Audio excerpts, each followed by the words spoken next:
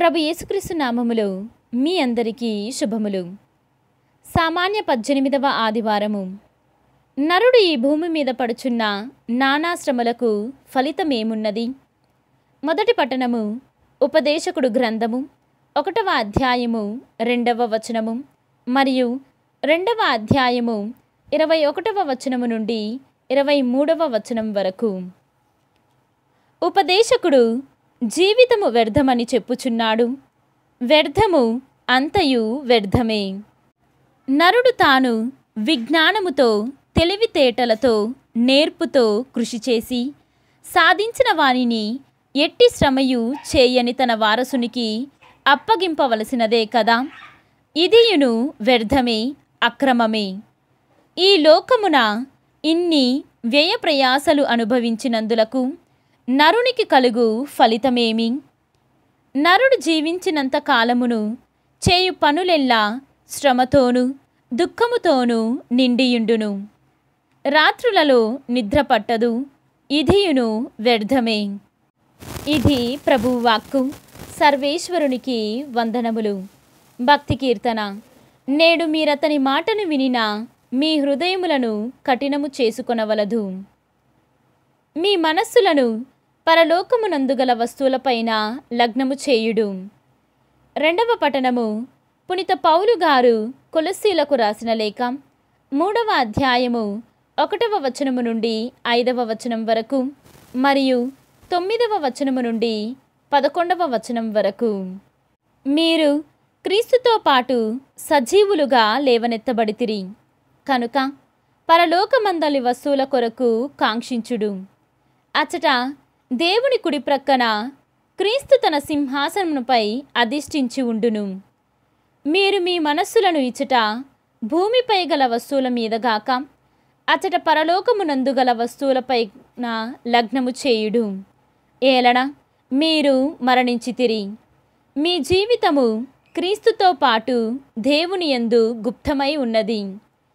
మనకు జీవమై ఉన్న క్రీస్తు ప్రత్యక్షమైనప్పుడు మీరును ఆయనతో కూడా మహిమయందు కనబడుదురు. జారత్వము, అపవిత్రత, మోహము, దురాశ, ధనాపేక్ష వంటి ప్రాపంచిక మోహములను మీరు తుదముట్టించవలెను. ధనాపేక్ష విగ్రహారాధన మారు రూపము. అబద్ధములు ఆడరాదు. ఏలయన మీ పాత మనస్సును దాని అలవాట్లతో పాటు త్యజించి కొత్త మనస్సును ధరించినారు కదా. తనను గూర్చి మీరు సంపూర్ణముగా తెలుసుకొనుటకై మానవుని సృష్టికర్త అయిన దేవుడు తన ప్రతిబింబముగా తీర్చిదిద్దుతున్న నూతన మానవుడు ఇతడు. అందుచేత యూదులని యూదులేతరులని, సున్నతి చేయబడిన వారని చేయబడని వారని, అటవికులని అనాగరికులని, సేవకులని స్వతంత్రులని ఎవరునూ లేరు. క్రీస్తే సర్వస్వము. అందరి యందు క్రీస్తు ఉన్నాడు. ఇది ప్రభువు వాక్కు. సర్వేశ్వరునికి వందనములు. ఈనాటి సువిశేషము పునీత లూకా గారు వ్రాసిన సువిశేషము 12వ అధ్యాయము 13వ వచనము నుండి 21వ వచనము వరకు. జనసమూహము నుండి ఒకడు, బోధకుడా, పిత్రాజితమున పాలు పంచమని నా సోదరునితో ఒక మాట చెప్పుము అనెను. అందుకు యేసు, నన్ను ఎవడు మీకు తీర్పరిగా లేక పంపిణీదారునిగా నియమించెను? జాగరూకత వహింపుడు. ఎట్టి లోభమునకు లోను కాకుడు. ఏలైనా మానవ జీవితము సిరి సంపదల సమృద్ధిలో లేదు అని చెప్పెను. యేసు ఇంకను వారితో ఒక ఉపమానమును చెప్పెను. ఒక ధనవంతునికి సమృద్ధిగా పంటలు పండినవి. అతడిట్లనుకొనెను, నేను ఏమి చేయవలెను? పంటలు భద్రపరచుకొనుటకు నాకు చాలినంత స్థలము లేదు. ఒక పని చేసెదను. కొట్లు పడగొట్టించి వానిని ఇంకను పెద్దవిగా కట్టెదను. అందు నా ధాన్యమును సరుకులను అన్నింటినీ భద్రపరచెదను.